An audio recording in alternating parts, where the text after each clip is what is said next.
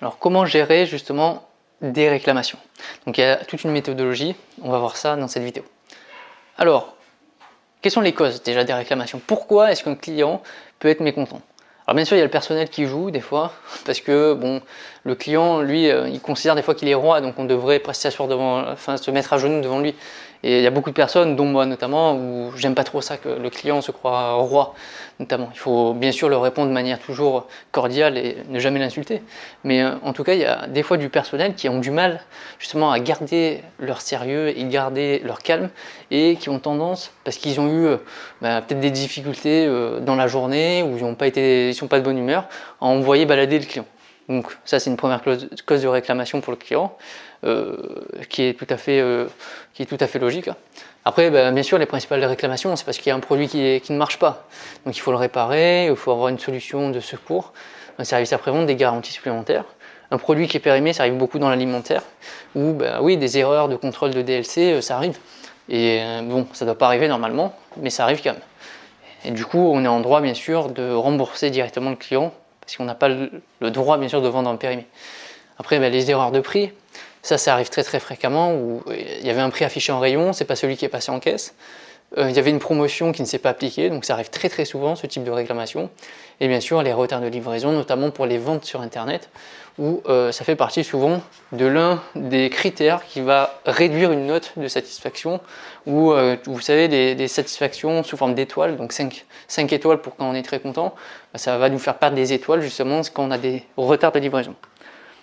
Donc les réclamations, quels sont les moyens justement? On les a déjà vus justement dans la précédente vidéo sur les informations, sur comment justement gérer l'après-vente et comment recueillir les informations sur la satisfaction des clients.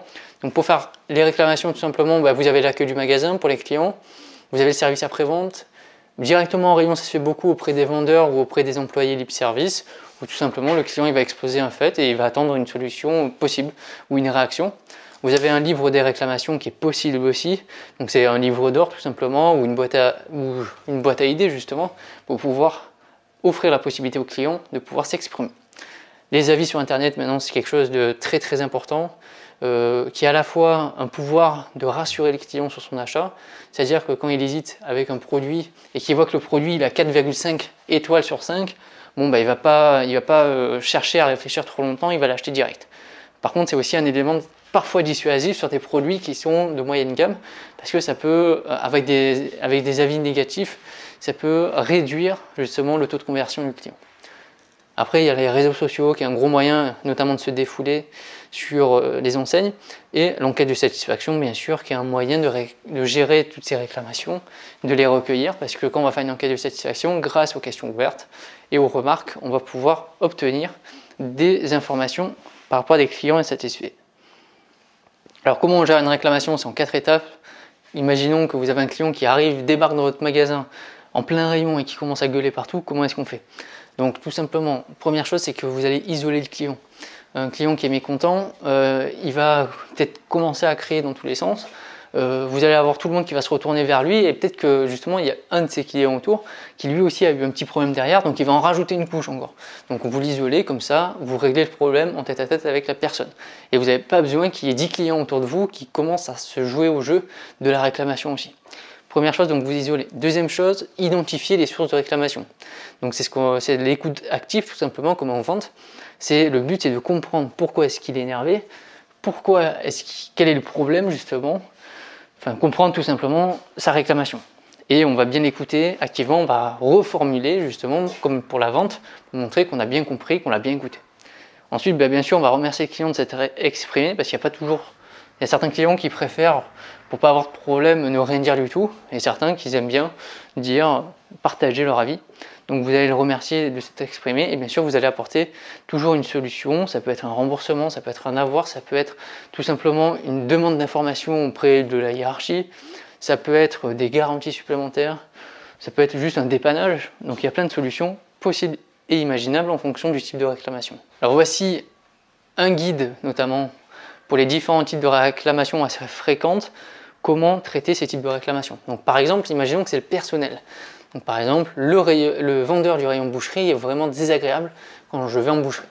Donc toujours pareil, vous remerciez le client de s'être exprimé, on s'excuse pour le vendeur. Alors même si c'est pas votre faute, il faut quand même s'excuser pour la personne parce que bon, on travaille tous ensemble pour la même enseigne. Le but c'est qu'on continue à satisfaire ce client. Et bien sûr, on explique bien qu'on a pris en compte sa remarque et qu'on en parlera justement au vendeur concerné pour lui expliquer qu'il y a eu un problème et de faire attention à sa manière de s'exprimer avec les clients.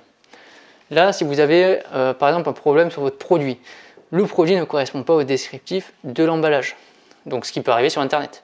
Donc bien sûr on s'excuse et dire qu'on va chercher justement d'où provient l'erreur de ce problème d'emballage et rembourser le client ou tout simplement lui proposer un échange de produits.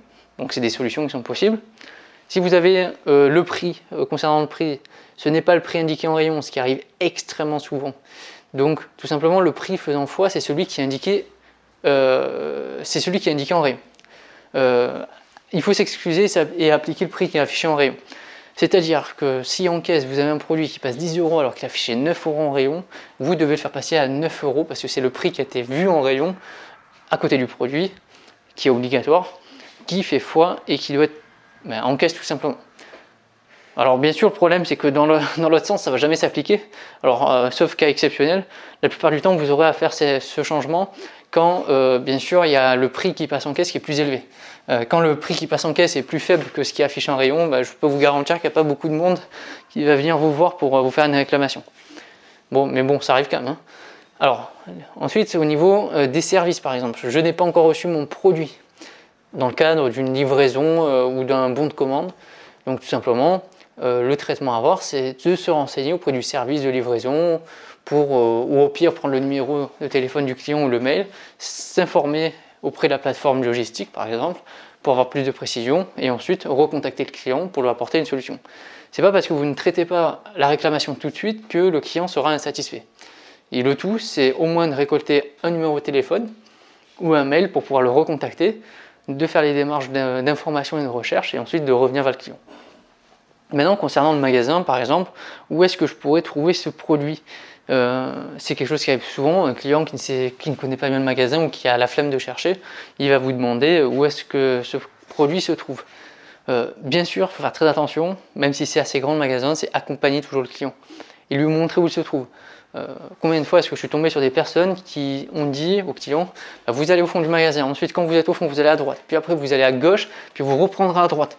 Non, le problème c'est que le client il ne connaît pas votre magasin par cœur et vous allez perdre le client et il va se retrouver dans les rayons, il ne va pas savoir encore où chercher, il va déranger encore quelqu'un et en plus il aura le sentiment de ne pas avoir été écouté et puis que en fait tout simplement la personne, le vendeur, il s'en fout complètement de lui.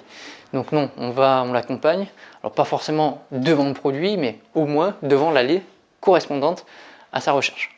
C'est très très important.